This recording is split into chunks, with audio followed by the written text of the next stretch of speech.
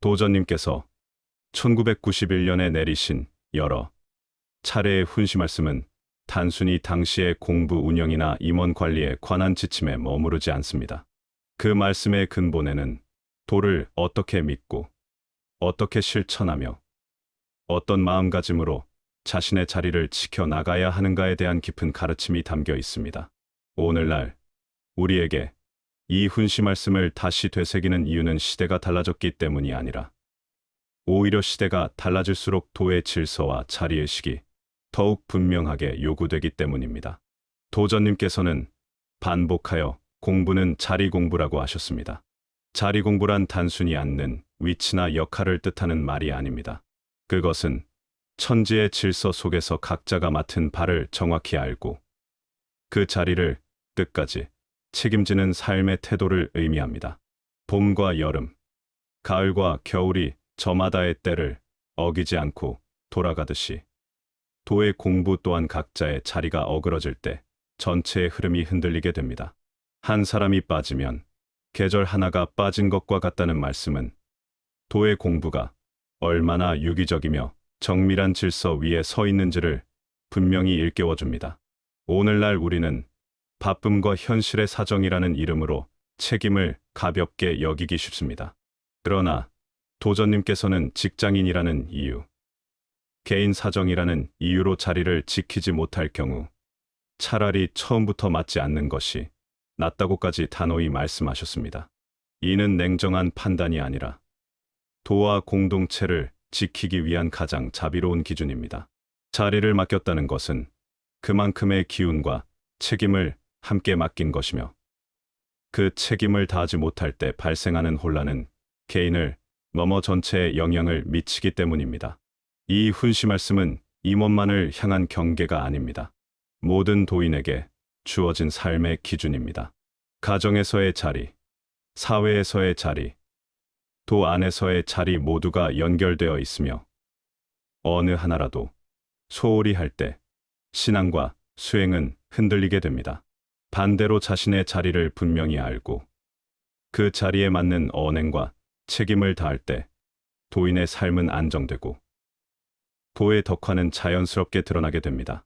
이제 우리는 이 훈시 말씀을 과거의 기록으로 두지 않고 오늘의 삶에 어떻게 적용할 것인가를 스스로에게 물어야 합니다. 자리 공부의 참뜻을 이해하고 질서와 책임을 다시 세우는 일은 특별한 사람이 하는 일이 아니라 각자가 자신의 자리에서 시작하는 작은 실천에서 비롯됩니다.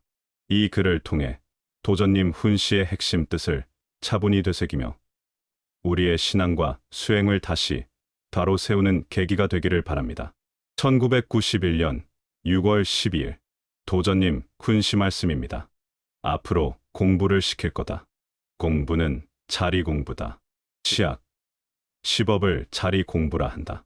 방면 임원들이 협조를 잘 해주어야 한다. 협조란 시간의 여유를 봐가며 하는 것이 아니고 자리 공부이니 바꿔서도 안 되고 그 자리를 못 지키면 차라리 안 하는 것이 낫다. 직장 있는 사람은 안 된다. 욕심에 넣었다가 자리에서 빠지면 안 되고 방면 임원에도 책임이 있다. 숫자를 파악하라고 했다. 숫자가 되면 1년에 한 번 돌리고 안 되면 반년, 4분의 1년 시키면 되는데 반년은 넘지 않겠나 보고 시키려 한다. 직장인은 하루 나왔다가 5일째 또 와서 있어야 하니 직장을 빠져야 하고 공부는 2시간 정도면 되지만 먼 데서 오면 다음날 직장에 못 나가게 되므로 안 된다. 15일째 합강, 45일째 본강을 한다. 이것이 끝나면 바로 시법 공부에 들어가는데 이는 중곡동에서 하는 시법 공부와 하는 시기 같은데 그것은 시법이 아니라 기도 공부인 것이다. 이번 공부는 꼭 안 해도 괜찮다. 인원을 파악하여 반년이나 1년치를 맞춰서 해야지. 하다가 인원이 부족해 말 수가 없고 또 시일을 맞추어야 한다. 선교감 임원은 관계없다. 수반이 문제다. 임원이 12명, 외수도인 12명, 내수도인 12명 들어간다. 임원 12명에는 선감, 교감 보정에서 차선감까지, 교령까지는 되는지 모르겠고 선사교정 이하는 평도인으로 들어간다. 직장인의 문제는 외수 평도인이 문제다. 1년에 한 차례 들어가는데 한 차례란 닷새 들어감을 말한다. 임원들이 책임을 지지 않으면 안 된다. 내 방면 사람 더 넣으려는 욕심으로 넣었다가 그 자리를 못 지킨다는 것은 집을 짓는데 무엇 하나가 빠지는 것과 같다. 그래서 책임이 무섭다. 그래서 잘들 해야 한다. 임원이 바쁘다고 넣을 사람을 못 넣는 것도 책임이 크다. 쉽게 말해서 사람 하나 못 쓰게 만드는 거다. 그 자리는 다음에 앉을래야 앉을 수 없다. 왜 자리 공부라고 하냐면 예를 들어 집을 보면 창문이 없으면 추하고 찬 바람이 불고 집이 방치되어 못 쓰듯이 자리가 중요한 거다. 천지법도가 있고 법도가 돌아가면서 만물이 생성하고 자라는 것이다. 즉, 봄, 여름, 가을, 겨울이 돌아가고 저루가 있어 생하고 장하고 봄에는 씨 뿌리고 여름에는 가꾸고 가을에는 결실 맺고 우리 도가 바로 그거다. 쉽게 말해서 각자 그 자리를 잡아주는 거다. 옛날에는 모든 기운을 하늘에 봉했고 지금은 땅에다 봉해서 방위를 보고 사람이 죽어 묘를 쓰는데도 자리를 잘 써야 손이 뻗고 죽은 자도 잘 되고 집도 방위를 보고 잘 써야 되는데 부천에는 모두 인간에게 있다. 그래서 옛날에는 신봉어천이라 하여 신명을 하늘에 봉했고 지금은 신봉어지이고 후천에는 신봉어인이라 하여 신명을 사람에게 봉했다. 우리 공부가 봄, 여름, 가을, 겨울에 자리를 맞는 건데 사람이 빠지면 봄이나 여름이 빠지는 것과 같으므로 자리를 지키지 않으면 안 된다. 1년을 사람으로 짜는 것이다. 전경에도 있듯이 석가모니는 500난, 공자는 72현인을 냈는데 상제님께서는 자리는 얼마든지 있다고 하셨다.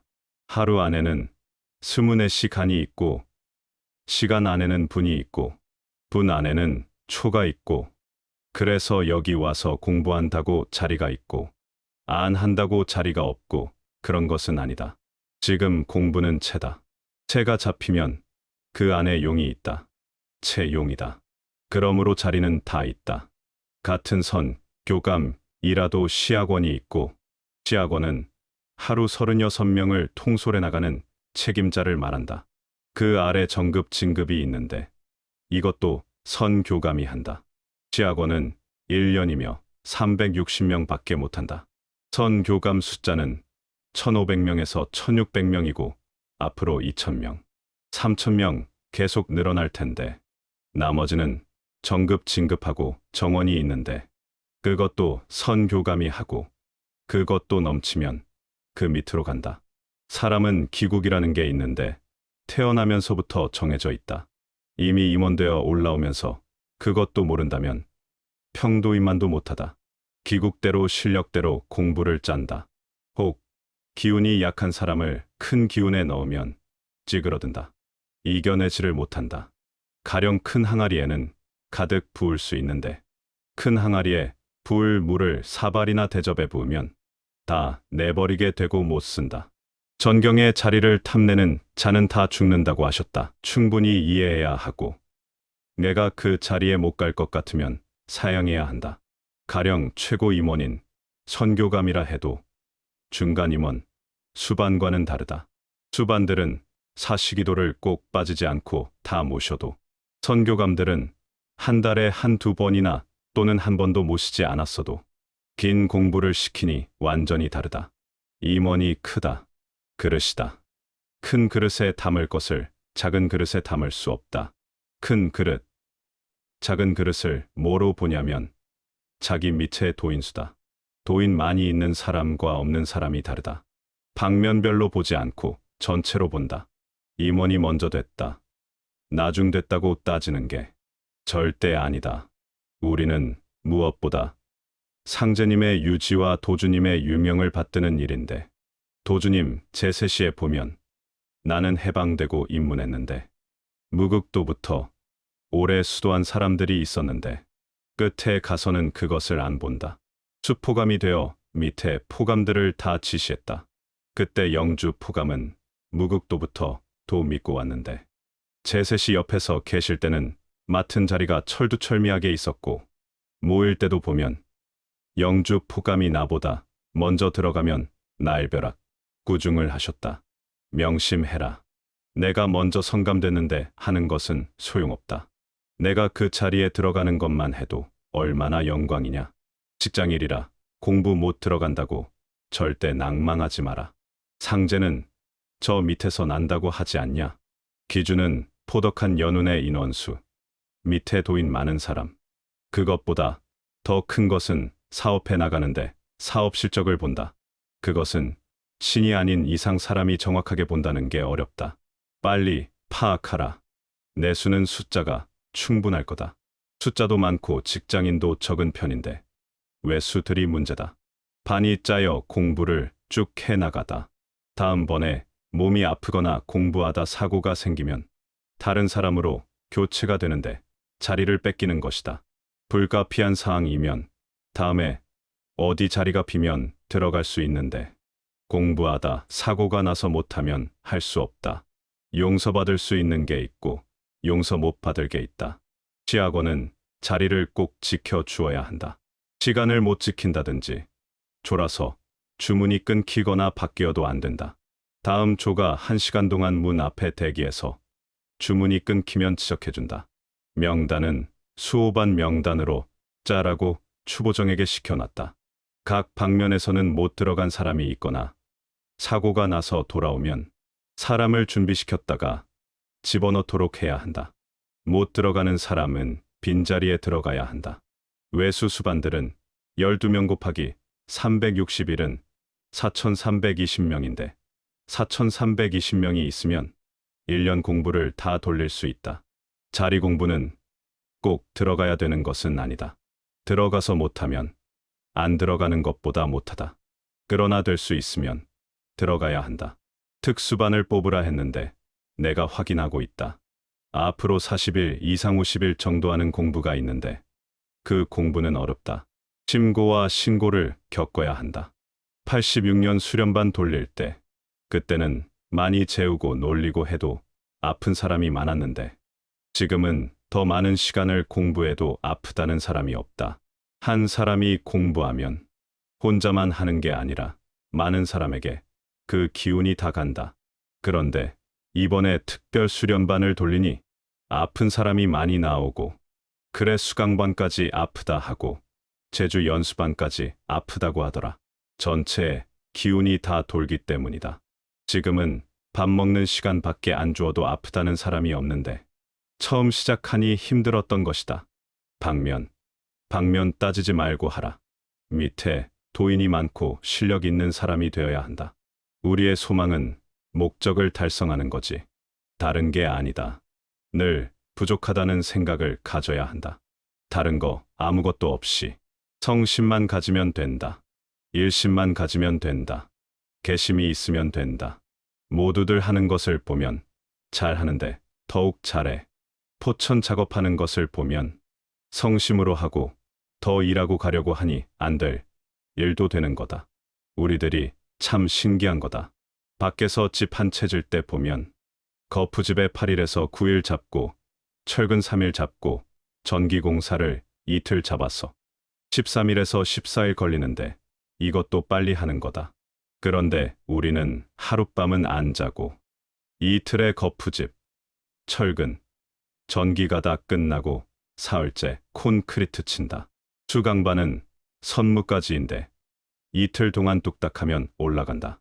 정성이고 성심으로 한다.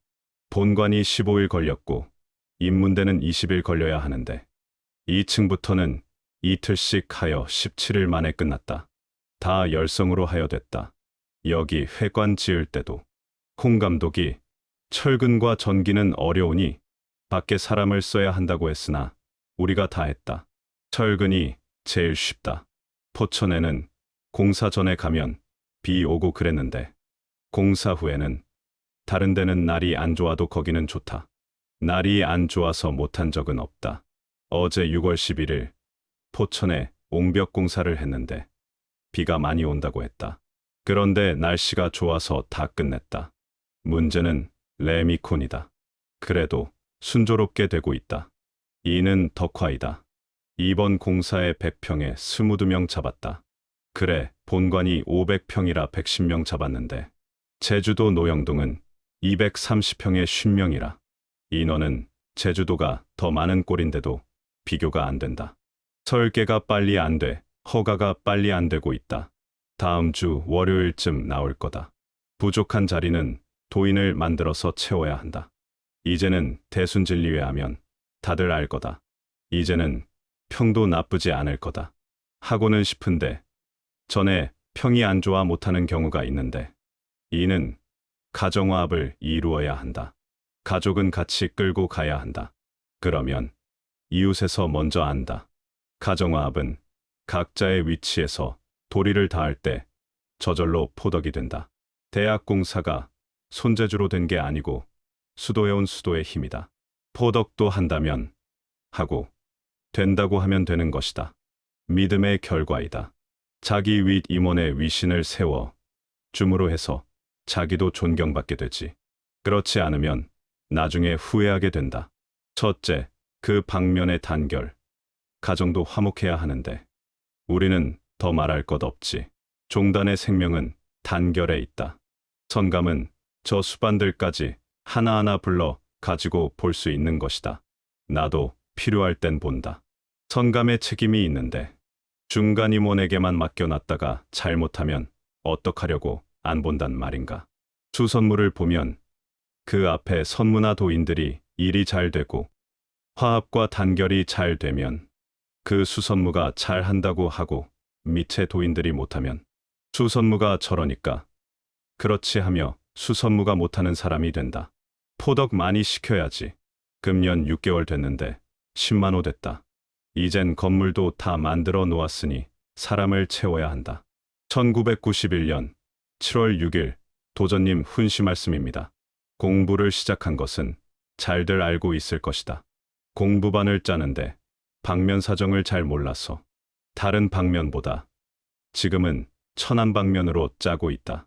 공부반에는 시학원, 정급, 진급 회원이 있는데 네 등급으로 이루어져 있다. 선감, 선사, 선무가 있듯이 공부도 세 등급으로 반을 짜는데 시학원 정급, 진급으로 짜는데 첫째는 사업공, 연운관계를 가지고 한다. 남녀가 구별이 되어져야 한다. 지금 다른 방면에는 이것이 잘 안 되어 있다. 이번에 이것을 종합해서 반을 짜도록 하겠다. 이것은 방면에서 분포된 사항을 잘 명시하라. 각 방면에서 현재의 선급 명세서를 위주로 한다. 명세서를 기준으로 선감들을 시학원으로 짜고 교감 보정을 정급으로 짜고 있다. 교감이면서 어느 방면의 전체적인 것을 통솔하는 사람은 시학원으로 할 것이다. 빨리 하라. 연운, 체계에 의한 사업사항의 내용이 들어오는 대로 그 방면의 공부반을 짤 것이다. 시학원 정급, 진급 정원이 있는데 정원은 회원이라고 이름하여라. 도주님 제세 시에는 선감, 교감을 합쳐봐야 12명밖에 안 되었다. 그때는 임원이 부족했기 때문에 선사 교정을 시학원으로 했다. 정급, 진급은 선무까지 했다. 그때는 사람이 없었으므로 정급 50명, 진급은 70명을 정해놓고 공부를 했다. 남자 12명, 여자 12명을 평도인으로 짜는데 시학 공부반에 짜여진 내외수 평도인은 절대로 자리를 지켜야 한다. 차라리 임원은 자리를 바꿀 수도 있다. 평도인은 자리를 바꿀 수 없다. 평도인은 문제가 없도록 하라. 숫자가 제대로 맞지 않아 여태껏 시학 공부를 못했다. 내수는 충분하다. 외수가 문제다. 1년을 하려면 1년을 꼭 채워야 한다. 반년을 하려면 반년을 꼭 채워야 한다. 현재 상급 임원만 해도 1,500명이다. 선교감의 숫자가 많아지면 남녀 평도인의 자리까지 밀려서 내려갈 수도 있다. 정, 진급은 선교감이 해야 한다. 정, 진급은 아주 중요한 자리다. 집으로 말하면 수문장이다. 수문장은 신복이라야 시키지 잘 모르는 사람은 시킬 수 없다. 과거에 선 교감이 12명 밖에 되지 않아 선사 교정을 시학원으로 썼다. 선감, 차선감, 선사 선무가 있는 이치와 같다. 제일 중요한 자리가 진급의 자리다. 즉, 건물의 수문장이다. 상제님을 모시고 호위하는데 직접 모시는 자리가 정급, 진급 자리다. 시학 공부가 진법이다. 참진자 진법이요. 진진자 진법이다. 그러니까 어느 자리 하나가 중요하지 않은 자리가 없다. 군대에서 소대, 중대, 대대가 있는 것과 같다. 즉, 군대의 법과 같다. 공부 중에 시간이 틀리면 안 된다. 주문이 틀려서도 안 된다. 끊겨서도 안 된다. 만약 잘못하면 모두가 절단 나는 것이다. 새 합강을 마치면 1군단을 마치는 것이다. 조금만 틀려도, 조금만 잘못해도 다 틀린다. 다 죽는 것과 같다. 모두가 자기의 생명과 관계가 있다고 생각하라. 아무렇게나 생각하면 안 된다. 하루 가고 자리를 지키지 못한다면 안 하는 것이 낫다. 초강 초지양은 닷새. 초강 셋이 모이면 합강. 합강이 셋이면 봉강이라 한다. 한 봉강을 한 호라 하는데 1년이면 8호, 반년이면 4호이다. 처음을 1호라 하고 다음 1호부터 8호까지를 모두 합치면 9호가 된다. 공부반은 첫째가 사업이고 다음이 연은공이다. 몇 호면 선사, 몇 호면 선감이 되는 것과 같다. 한 합강의 책임자가 있다. 1년에 24명이 있다. 사업공, 연운공의 순서다. 대부분 조금 크게 되면 따로 해보려고 하는데 그래서 시끄럽고 싸우기도 한다. 그것은 참으로 좋지 않다. 그것이 뭐냐 하면 자리 다툼이다. 그것은 있을 수 없는 것이다. 모두에게 책임이 있다. 밑에 사람도 위에 사람도 같은 책임이 있다. 밖에도 그런 말이 있지 않느냐. 뭉치면 살고 흩어지면 죽는다. 현재의 사업 호수를 가지고 반을 짠다. 우리는 서로 이해해야 한다. 한쪽이 못해도 다른 한쪽이 이해를 해야 한다. 공부가 짜여진다고 해서 꼭 그대로 되는 것은 아니다. 그러면 공부반에 짜여져서 들어갔다가 만약 잘못이 있다면 그대로 두어야 한단 말이냐? 그렇지 않다. 직장에 다니는 사람 가화가 덜 된 사람은 어렵다. 절대로 그렇다. 잘해야 한다. 집에 있어도 똑같이 운수를 받는다고 하지 않았느냐? 초강은 2루다. 합강은 3루다. 이것이 한 저루이다. 1년은 24저루가 있고 1년은 72후로 이루어져 있다. 이것을 돌아 한다. 공부한다는 것은 이것을 지켜나가는 것이다. 문왕 때는 땅에다 신명을 봉했다. 그래서 죽은 사람도 집을 지을 때도 자리를 보고 하지 않느냐. 그래서 여지껏 자리를 보고 했다. 한 사람이 잘못해도 그날의 시학 공부반 전부가 다 버린다. 그러니 참으로 절묘하다. 앞으로 천지가 이렇게 돌아갈 것이니 자리 욕심을 내지 마라. 말뚝에도 기운을 붙이면 쓸 수 있는 것과 같다. 지금 하는 것이 공부다. 하루를 24시간으로 생각하면 24시간 안에 분, 초각이 있다. 그 숫자가 얼마냐? 분초각을 용이라 한다. 소홀하면 죄다. 잘 이해시켜 주라. 공부를 하는데 공부에 못 들어가면 뭐하냐는 식으로 생각하기 쉽다. 여러 가지 복잡한 일을 하더라도 일을 제쳐놓고 잠시 기도 시간에 상제님께 기도하는 생각만 가져도 그 정성이 참으로 크다. 밑에 사람을 믿는 마음, 정성을 본다. 우리는 정성이 지극하면 된다. 시학 공부가 자리 공부다. 자리를 잡는 공부다. 부득이한 사정이 있어서 못하는 것은 36명 모두에게 책임이 있다. 그 자리에 책임이 있다. 그 책임부터 잘 해야 한다. 과거에는 신을 땅에다 봉했고 이제는 신을 사람에게 봉하는데 신인상합이 도통이다. 낮밤 시간을 가리는데 이것은 신이 알아서 해왔기 때문에 우리가 그것을 인정한다.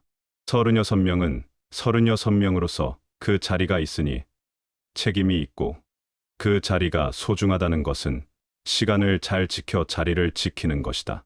봉심은 10시 봉심과 11시 봉심이 있다. 10시 봉심은 들어오는 봉심이고 11시 봉심을 나가는 봉심인데 퇴배라 하지 않고 봉심이라 한다. 11시는 마치는 봉심인데 봉심에 빠진 사람이 있으니 공부를 완전히 버렸다. 맞아, 죽을 일이다. 앞으로 그런 사람은 공부에서 영영 뺄 것이다. 들어오는 봉심은 잘들 한다. 들어오는 봉심은 부득이한 사정으로 늦었을 경우 10시 이후라도 올리면 된다. 나가는 봉심은 11시 이전에는 봉심을 할 수가 없다. 그러나 늦는 것은 크게 상관이 없다. 봉심은 꼭 사람을 확인하고 채워서 올라가야 한다. 시간이 늦으면 안 되는 줄 알고 사람이 부족해도 그냥 올라가서 봉심을 드렸으나 그것은 안 된다. 차라리 공부하는 다른 사람을 채워도 사람의 숫자를 맞춰야 한다. 정 진급의 자리가 참으로 크다. 정이란 장관이다. 진이란 나아갈 수도 올라갈 수도 있다. 시학원은 그날의 모든 것을 총괄통솔해서 지시 감독하고 정급은 상제님을 직접 시봉하고 있다고 생각하고 만약에 시학원이나 정, 진급이 잘못하면 용서가 있을 수 없다. 위를 범하면 용서할 수가 없다. 다른 사람은 못한다. 정급이 해야 한다. 엄하지 않고 중하지 않은 자리가 없다. 그것이 원래 체가 된다. 그러나 그 안의 자리는 말할 수 없이 많다. 그래서 상제님께서 세상 사람 다 들어와도 된다고 하셨다. 잘 이해하고 하길 바란다. 8호가 다 찾았는지 모른다. 직접 1000호 이상을 가지고 있으면 시학원을 할 수 있다. 그 이상의 사업을 하면 그 위로 올라갈 것이다. 현재 천안방면은 짜고 있다. 그것도 남녀의 구별이 불분명해서 힘들다. 강동 방면의 두 교감은 강동 방면 전체를 보니 시학원이다. 밑에가 더 크면 호책임자까지 올라갈 수 있다. 얼마든지 틀릴 수도 있다. 왔다 갔다 할 것이다. 그래서 공부다. 포천 작업에 시원찮은 사람을 보내거나 도를 안 믿는 사람을 보내서 도인을 만들려고 한다면 차라리 보내지 마라. 어느 사람은 자기는 도를 안 믿는데 부인이 하도 믿기 때문에 할 수 없이 왔다고 한다. 어느 사람은 친척이 하도 와서도 얘기를 하길래 확인도 할 겸 구경 삼아 왔다고 한다. 절대로 수강생이 아니면 보내지 말라. 지금 800여 명이 일을 하고 있다. 명찰을 달까 생각 중이다. 수강생도 50세 이상의 노약자는 보내지 말라. 안 믿는 사람은 안 된다. 전부 새롭게 배워서 한다. 여주공사에서 배운 사람도 없다. 각 방면에서 젊고 건강하고 재질이 있는 사람을 찾아서 명단을 뽑아 놓기 바란다. 조적공이 지금 많이 필요하다. 조공을 데려다 가르쳐 쓰는데 30명이 된다. 처음 잡부는 25,000원, 약간 하면 3만원, 더 잘하면 35,000원, 기술자는 4만원이다. 잘 믿는 사람 중에서 젊고 건강한 사람, 누구든지 다 배운다. 방면의 이익이다. 방면의 사업을 위해서도 참으로 좋다. 철근하고 아시바는 많을 때는 많고 적을 때는 적다. 아시바가 빨리 해야 한다. 여기 수강생 중 안 해본 사람이 잘한다. 이 공대는 140m인데 하루에 거푸집을 만들고 이틀째 콘크리트를 쳤다. 그래서 내가 나무랐다. 3일간의 시간을 갖고 하라고 했다. 강대 임원들 많이 오지 말고 강식 마치고 나가는 사람 중에서 시학원 등 몇 사람만 남으면 된다. 시학과는 한 달에 한 번씩 들어오게 30명을 짰다. 합강 때만 1991년 7월 11일 도전님 군시 말씀입니다. 시학의 중요성에 대해서는 저번에도 얘기를 했는데 지금은 잘 안 되고 있다. 주문을 잘 못하는 사람이 있다. 시학 공부를 시작한 지 한 달이 되어 가고 있는데 아직도 완전한 질서가 잡히지 않고 있다. 저 밑에가 문제가 아니라 임원들이 주문을 잘 못하는 경우가 있는데 참으로 부끄러운 일이다. 낭패다. 입도에서 제일 먼저 배우고 익히는 것이 주문인데 그것을 못하면 어떡하느냐.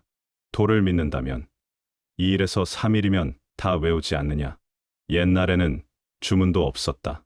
종이 쪽지에 써서 외우고 바로 태우고 했다. 가화가 안 되어서 기도를 못할 때는 속으로라도 하라고 했는데 그것이 제일 정성이 많은 것이다. 주문을 빨리 외우라. 충분한 연습. 연습이라 하면 기도만 철저히 하면 된다. 가화가 안 된 자는 가까운 회실 회관에서 꼭 주일이 아니라도 사시기도 중 어느 때라도 하면 된다. 기도를 할 수 있는데 안 하면 도인이라 할 수 없다. 성심이 없다. 너무 긴장을 해서 주문을 못 외운다는 것은 이해할 수 없다. 시학원도 숫자가 많고 정진급도 많다. 앞으로 이렇게 할 거다. 시학원 정급은 선교감, 진급은 교령 차선감, 회원은 선사 교정 정리, 수도원은 선무이하로 할 것이다. 시학원이 주문을 못한다면 시학원은 그 자리를 상실하게 된다. 정급 역시 마찬가지다. 어느 자리고 주문을 못 외운다면 그 자리를 상실하게 된다. 첫째, 주문을 철저히 외우라. 주문을 그친다든지 하는 경우에 대비해서 다음 사람이 한 시간을 대비하는 것이다. 잘못 읽는 경우는 대기자가 고쳐서 읽어주고 주문이 그칠 경우는 조는 것이니 문을 두들겨서라도 깨워야 한다. 벌써 그런 것이 많다. 시간이 늦는 경우, 불참하는 경우 이것은 절대로 있을 수 없다. 반을 짜서 통고를 하는데 만약 못 오게 되는 경우 하루 전에 보고를 해주어야 한다. 그래야 다른 사람으로 대치를 한다. 다른 것은 몰라도 공부반은 엄격해야 한다. 만약에 이런 일이 발생할 경우 책임자는 선감이므로 시학원 자리를 내놓아야 한다. 시학원 자리가 360명이다. 1년을 잡고서 360명이다. 그러면 현재 시학원 자리가 400명에서 500명으로 많다. 그래서 시학원이 바뀌어도 관계없다. 만약에 자기 방면 사람에게 문제가 생겼다 하면 다른 방면 사람으로 대치한다. 지난번에도 선사가 주문을 못 읽어서 바꿨다. 그런 사람을 임원까지 만들었다는 것은 임원 책임이다. 앞으로는 철저히 하라. 만약 사정이 있어서 못 오게 되는 경우에는 반드시 하루 전에 수도부에 보고를 해 주어야 한다. 꼭 간다고 했다가 임박해서 못 오게 되는 경우는 딴 사람을 대타로 보내라. 평도인 회원 진급도 된다. 보내놓고 나서 즉시로 수도부에 보고를 해주어야 한다. 특별한 사유로 사람이 바뀌는 경우는 즉시 통고를 해주어야 한다. 모두가 주문을 잘 익혀서 보내도록 하라. 시학원은 그날 하루의 모든 책임을 가지고 있다. 시학관은 모든 전체적인 것을 감독하는 책무를 맡는다. 시학관의 책임이 더욱 중하다. 시학원이 책임을 지고 하더라도 꼭 문제가 있을까 해서 그런 거다. 이 공부는 수호반이다. 초소에서 근무를 하면서 도장을 수호한다. 자기 공부 시간에 공부를 하며 밖으로는 도장 수호를 한다. 정급, 진급, 회원, 수도원은 공부만 중한 것이 아니라 공부 시간, 수호 장소 이런 모든 책임을 다해야 한다. 다 중요하다. 도법이란 진법이다. 지존 시대에는 신봉어지기 때문에 땅에 모든 신명을 정해 놓으셨다. 따라서 신명들이 꼭 정해진 자리를 지키지 않으면 난리가 난다. 마찬가지로 이번 공부는 땅에 봉했던 신명을 신봉어인이므로 사람에 봉하기 때문에 사람이 그 자리를 지키지 않으면 안 된다. 이 공부는 매우 중요한 것이다. 이 목적을 달성하기 위해서 도를 믿는 것이다. 주문을 똑바로 하고 시간 지키는 것을 잘 해야 한다. 시학관의 책임이 중요하다. 초, 중, 하로 1, 2, 3, 4, 5, 10일까지 있다. 초 10일이란 10일이요. 중 10일이란 20일이요. 10일이란 30일이다. 10일의 시학관은 적은 달 29일일 경우에는 그 달 한 달 빠지는 것이다. 시학원과 시학관은 서로 시간을 교대로 해도 된다. 시학원은 나이가 좀 든 사람은 어렵다. 잠을 안 자야 하기 때문에 나이 든 사람은 뺐다. 그날 사고가 있다면 시학관의 책임이다. 시학관은 시학원까지 감독할 책무가 있다. 아무리 자기 성각이라 해도 위법을 하는 경우에는 용서가 없다. 군대도 그렇다. 졸병이라도 상관이 잘못할 때는 그것을 그대로 두는 것이 아니다. 우리는 또 다르다. 각자가 자기의 책무, 직무를 잘 알아서 해야 한다. 자기의 책무를 이행하지 못했을 경우 자격을 박탈당하게 된다. 공부뿐만 아니라 도장 안의 모든 일은 시학원의 책임이다. 임원들은 여기 공부 들어오는 것에 조금의 차질도 없도록 철저히 해줘야 한다. 주문을 못 읽는다는 것은 있을 수 없는 일이다.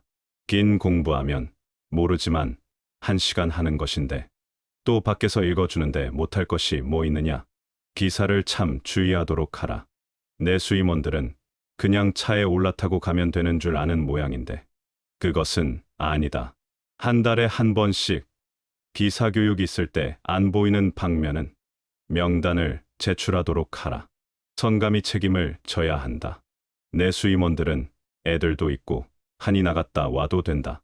밖에 안 나가는 사람은 정심원을 쓰고 밖에 자주 나가는 사람은 회관을 쓰도록 하라.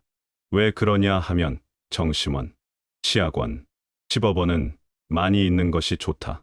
그것은 영대를 수호하기 위해서다. 될 수 있으면 그렇게 하라. 조공 전기 설비도 사람이 필요하다. 잘 배워놓으면 나중에 방면회관 지을 때 다 쓴다. 신체 건강하고 잘 믿는 사람으로 방면에서 준비시켜 놨다가 필요할 때 보내라. 쌓는 사람이 필요하다. 몇백 명이라도 만들어 놓으라 했다. 다 배우면 된다. 처음 하더라도 다 배우면 된다. 방면에서도 다 쓴다. 밖에 회사에 기숙사 6동하고 식당에서 약 4,000평 정도 내주었는데 사람이 없다. 우리는 5층 건물이 다 되어가는데 아직 기초도 안 되었다. 1991년 7월 27일 도전님 훈시 말씀입니다. 대학 교수 임용을 하려고 한다. 이번에 10명을 뽑고 나머지는 10월 달에 뽑도록 하겠다. 될 수 있으면 도인을 뽑으려고 하지만 도인을 만들기 위해서 일부러 교수를 뽑지는 않겠다. 잘 믿으면 도인이 낫고 잘 안 믿으면 밖에 사람이 낫다. 안동에 2사람, 용산에 2사람, 성산에 3사람, 전주에 1사람이 있다.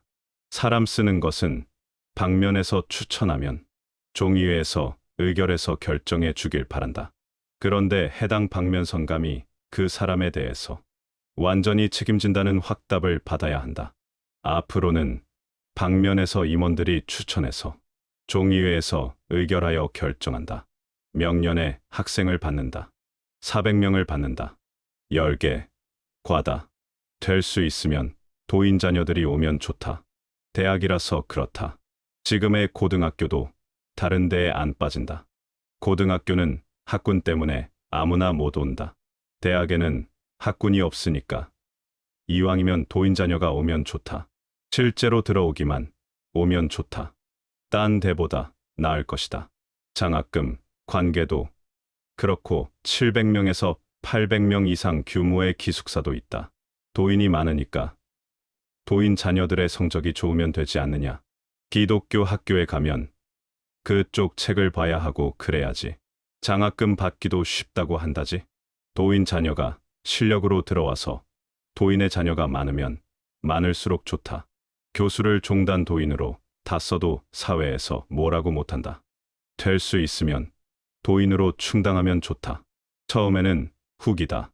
처음이고 완전한 시설이 갖춰지지 않았기 때문에 사람들이 전통 있는 학교를 찾는다. 첫 해에는 들어가기 어렵다고 사회인들이 하는 이야기는 우리 도인이 많기 때문에 하는 소리다. 다른 기존 대학교에서 하는 것을 다 할 것이다. 장학금, 관계 등등. 현재 대진고등학교 출신 중 서울대 입학자는 4년 장학금 전액, 연, 고대 입학자는 졸업 시까지 반을 대준다. 도인들의 자녀는 혜택을 좀 줄 것이다. 몇 사람이나 대진대학에 진학을 원하고 있는지 숫자 파악을 해보면 좋다. 새로 대학이 설립되기 때문에 각 고등학교를 다니면서 소개하는 홍보가 필요하다. 처음에는 도인 자녀 외에 다른 데서 오는 사람이 없을 것 같다. 가령 대진대학에 들어오면 장학금은 어떻게 해주고 한다는 그런 선전은 해도 좋다. 아무 관계없다. 도인 자녀가 도인으로서 들어가서 성적이 좋으면 혜택을 준다 해도 하등 뭐라고 할 것 없다. 예를 들면 그렇지 않느냐? 가령 장학제도에서 장학금을 도인 자제를 위주로 해서 준다 해서 다른 데서 뭐라 할 것이 없다. 하여간 도인을 많이 지원하도록 하라. 대학에 있어서 도인들을 많이 유치해 나갈 계획이다. 상도방면이 잘 나가고 있는 중 알았더니 안 그러는 모양이다. 제주도 치석 명단 올릴 때 알았다. 박성감이 실수했고 본인도 잘못했다고 빌고 해서 용서를 했다. 먼저 일이 어떻건 간에 합심해서 잘하라 했으면 그렇게 해야지. 잘들 해 나가야지. 앞으로 그런 것은 절대 용서 안 한다. 화합해서 잘할 때까지 공부는 보류할 거다.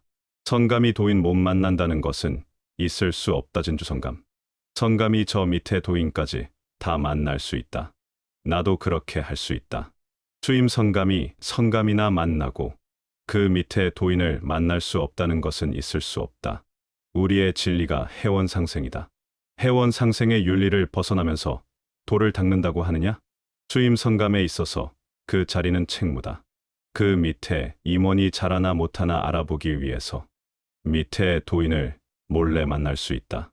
각자 자기 직위에 있어서 각기의 책무가 있다. 그러면 방면의 총책임자는 그 방면의 성감이다. 수임 성감은 그 밑에 성감이며 도인까지 책임을 져야 한다. 작은 방면 내의 도인의 문제는 방면 성감이 책임을 져야 하는데 방면 성감과 도인의 불미스러운 일이 있을 때는 수임 성감이 책임을 져야 한다. 그것이 종단의 제도이다. 그것을 벗어나면 탈선이다. 상도 방면 잘해 나가도록 하라. 이번 일은 용서한다. 그 방면은 공부 보류다. 봐 가면서 시킬 것이다. 윗사람은 아랫사람에게 항상 감사의 마음을 가져라. 공부하는데 소리 너무 크게 지르지 마라. 고성은 피하라. 소리가 너무 크면 악성이 된다. 고성은 피해야 한다. 음성이 큰 거와 소리를 크게 지르는 것과는 다르다. 시학원은 다니면서 잘 일러줘라. 공부하는데 가화가 안 됐거나 직장인, 아픈 사람은 넣지 마라. 강식 다 마치고 시법 공부까지 다 마쳐야 시학 공부를 한 번 다 한 것이 된다. 하다가 강식 한 번 빠지면 다 망치게 된다. 시간이 늦어도 주문이 바뀌어도 안 되고 주문이 끊겨서도 안 된다. 그것을 예방하고 막는 것을 시학원이 한다. 그것이 되지 않을 때 사고가 난 거다. 그것을 막기 위해 1시간 대기한다. 그래서 결국 2시간 공부가 된다. 도전님께서 1991년 6월부터 7월에 걸쳐 내리신 훈시 말씀의 중심에는 일관되게 자리라는 개념이 놓여 있습니다. 도전님께서는 공부를 단순한 지식 습득이나 개인 수련으로 보지 않으시고 천지의 법도와 맞물린 자리 공부로 규정하셨습니다. 자리 공부란 각자가 맡은 위치를 분명히 인식하고 그 자리를 끝까지 책임지는 공부를 뜻합니다. 이는 도 안에서만 요구되는 기준이 아니라 인간이 천지 사이에서 살아가는 근본 질서와도 깊이 연결되어 있습니다. 도전님께서는 천지에는 법도가 있고 그 법도가 돌아가면서 만물이 생성하고 자란다고 하셨습니다. 봄에는 씨를 뿌리고 여름에는 가꾸며 가을에는 결실을 맺고 겨울에는 쉬게 되는 이 질서가 조금도 어긋나지 않기에 세상은 유지됩니다. 도의 공부 역시 이와 다르지 않습니다. 한 사람이 맡은 자리는 단순한 역할이 아니라 천지의 한 시절을 담당하는 것과 같으므로 그 자리가 비거나 흔들리면 전체 흐름이 어그러지게 됩니다. 도전님께서 사람이 빠지면 봄이나 여름이 빠지는 것과 같다고 하신 말씀은 자리의 중요성을 가장 분명하게 드러내는 비유입니다. 특히 시학 공부와 관련된 훈시에서 도전님께서는 자리의 엄중함을 더욱 강조하셨습니다. 시학원 정급, 진급 회원으로 이어지는 공부의 구조는 단순한 조직 체계가 아니라 진법이자 진법으로서의 질서를 갖추고 있습니다. 군대의 소대와 중대, 대대가 있듯이 도의 공부 역시 각 자리가 서로 맞물려 돌아가야만 온전한 힘을 발휘합니다. 어느 한 자리라도 시간이나 주문, 책임을 소홀히 하면 그 피해는 개인에 그치지 않고 전체 공부에 영향을 미치게 됩니다. 도전님께서는 특히 시간과 주문의 중요성을 여러 차례 엄중히 경계하셨습니다. 공부 중에 시간이 틀리거나 주문이 끊기거나 바뀌는 것은 결코 가볍게 넘길 문제가 아니며 이는 공부 자체를 무너뜨리는 중대한 탈선으로 이어질 수 있다고 하셨습니다. 이러한 경계는 엄격함을 위한 엄격함이 아니라 도의 질서를 지키기 위한 최소한의 기준입니다. 질서가 바로 서지 않으면 아무리 정성이 있어도 그 정성이 바르게 작동하기 어렵기 때문입니다. 또한 도전님께서는 자리에 대한 욕심을 강하게 경계하셨습니다. 자신의 기국과 실력, 현실 여건을 고려하지 않은 채 더 큰 자리를 탐내는 것은 오히려 자신과 공동체를 해치는 결과를 낳을 수 있다고 하셨습니다. 큰 항아리에 담을 물을 작은 그릇에 부으면 넘쳐버리듯이 감당할 수 없는 자리에 들어가면 결국 공부를 지속하지 못하고 자리를 잃게 됩니다. 이는 개인의 실패로 끝나는 것이 아니라 그 자리를 대신할 수 없는 구조적 손실로 이어지기 때문에 더욱 엄중한 문제입니다. 이러한 맥락에서 도전님께서는 직장인의 공부 참여 문제, 외수와 내수의 구성 문제, 임원의 책임 문제를 매우 현실적으로 짚어주셨습니다. 공부에 들어가는 것은 개인의 열심만으로 결정할 수 있는 일이 아니라 시간과 환경, 지속 가능성을 모두 고려한 책임 있는 판단이어야 합니다. 도전님께서 들어가서 못하는 것은 안 들어가는 것보다 못하다고 하신 말씀은 무책임한 참여가 얼마나 큰 혼란을 초래할 수 있는지를 분명히 보여줍니다. 훈시 말씀 전반을 관통하는 또 하나의 핵심은 책임의 문제입니다. 도전님께서는 임원에게 특히 무거운 책임을 부여하셨습니다. 임원은 단순히 앞자리에 앉는 사람이 아니라 밑에 도인들까지 함께 책임지는 그릇이기 때문입니다. 밑에 도인이 잘못되면 그 책임은 윗자리에 있는 임원에게 돌아가며 이는 도의 제도이자 질서라고 분명히 하셨습니다. 따라서 임원은 자신의 편이나 체면이 아니라 공동체 전체의 흐름과 안정성을 기준으로 판단하고 행동해야 합니다. 또한 도전님께서는 가정화합의 중요성을 여러 차례 강조하셨습니다. 도를 믿는 열심이 가정의 불화를 바탕으로 세워질 수 없으며 가정이 화목해야 포독도 자연스럽게 이루어진다고 하셨습니다.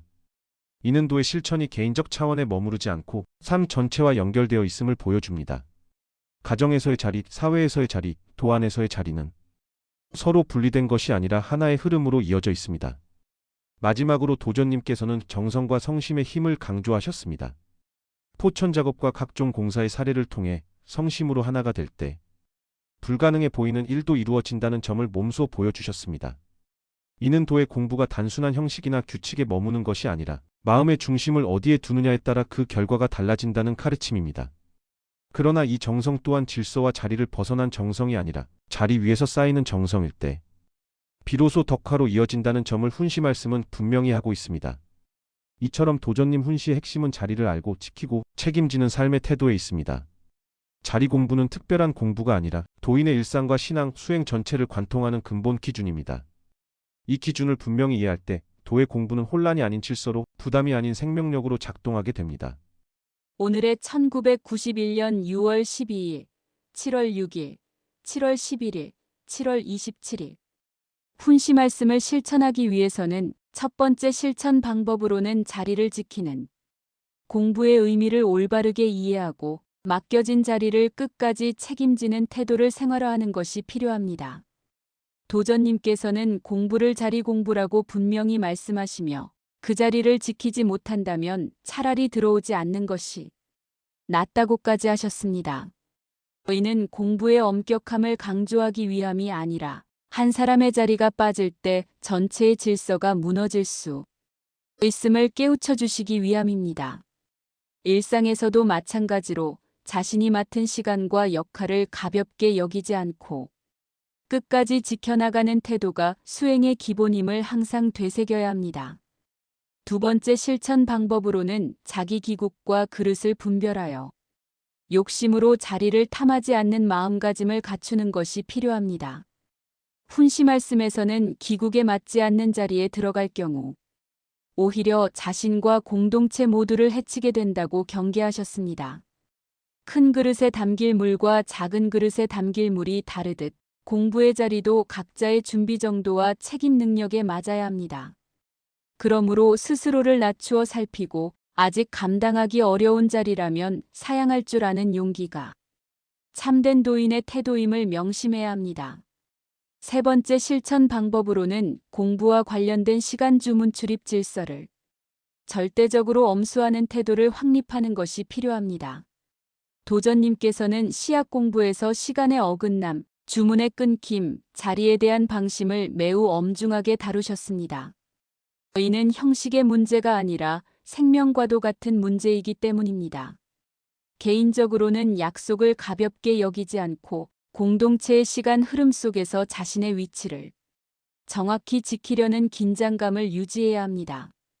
네 번째 실천 방법으로는 말과 행동, 음성과 태도를 절제하여 덕화를 해치지 않는 생활 자세를 갖추는 것이 필요합니다.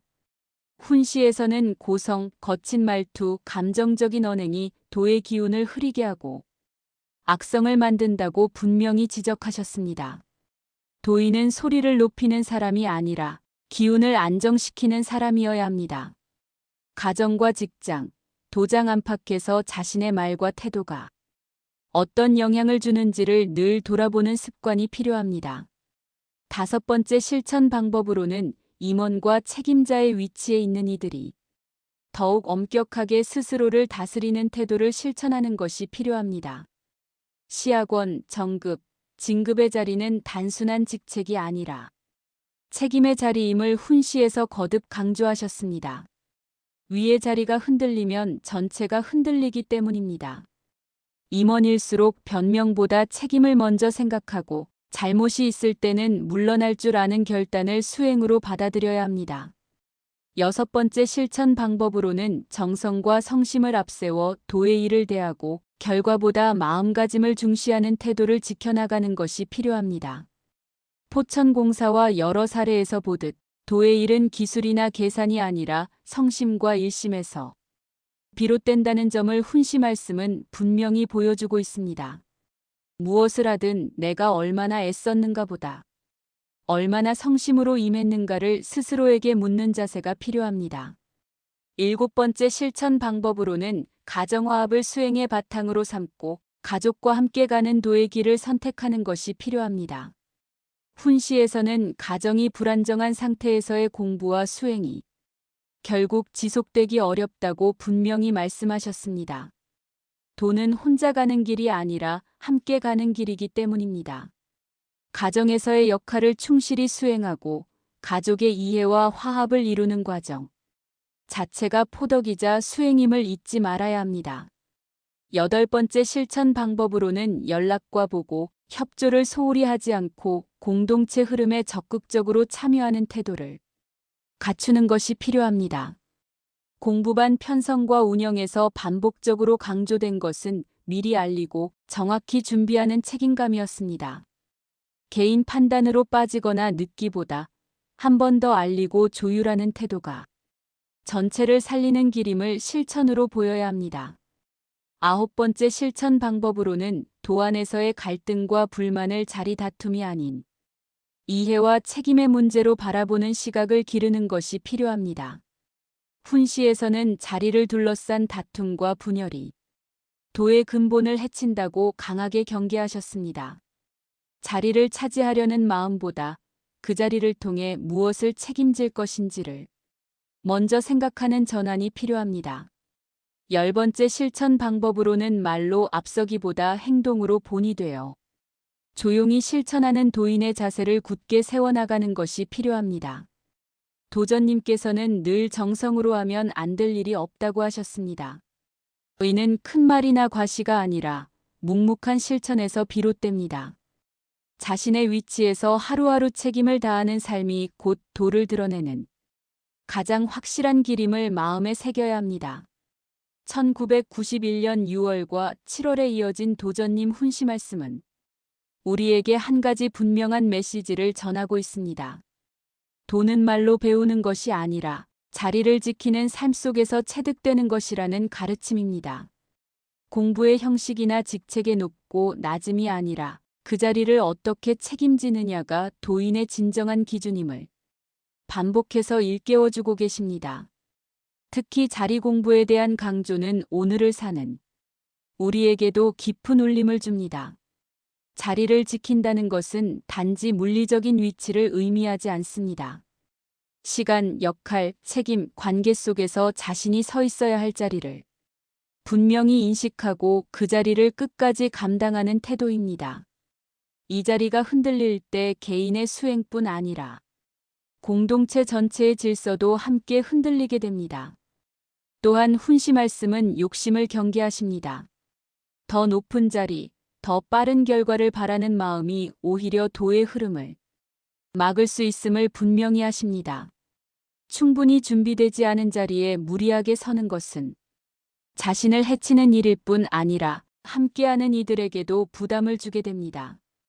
도인은 물러날 줄 알고 기다릴 줄 아는 사람이어야 함을 다시 한번 깨닫게 됩니다. 6월과 7월의 훈시는 엄격하지만 그 바탕에는 깊은 자비와 배려가 깔려 있습니다. 자리를 지키지 못할 상황이라면 억지로 끼워 넣지 말고 차라리 다음을 준비하게 하라는 말씀 속에는 한 사람을 끝까지 살리고자 하는 마음이 담겨 있습니다. 의는 버림이 아니라 보호이며 배제가 아니라 책임의 다른 이름입니다. 결국 이 시기의 훈시 말씀은 우리에게 묻고 계십니다. 지금 당신은 자신의 자리를 알고 있는가? 그리고 그 자리를 끝까지 책임지고 있는가? 이 질문 앞에서 우리는 스스로를 돌아보아야 합니다. 도를 안다는 말보다 도에 맞게 살고 있는지가 더 중요하기 때문입니다. 앞으로의 수도 생활에서도 화려한 말이나 빠른 성과에 마음을 빼앗기기보다 오늘 맡은 자리에서 성심과 일심으로 하루를 살아가는 태도를 지켜나가야 하겠습니다.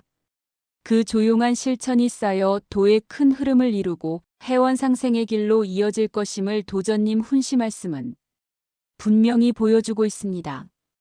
이 가르침을 마음에 새기며 각자의 자리에서 흔들림 없이 도를 실천해 나갈 때 우리의 신앙과 공동체는 더욱 단단해질 것입니다.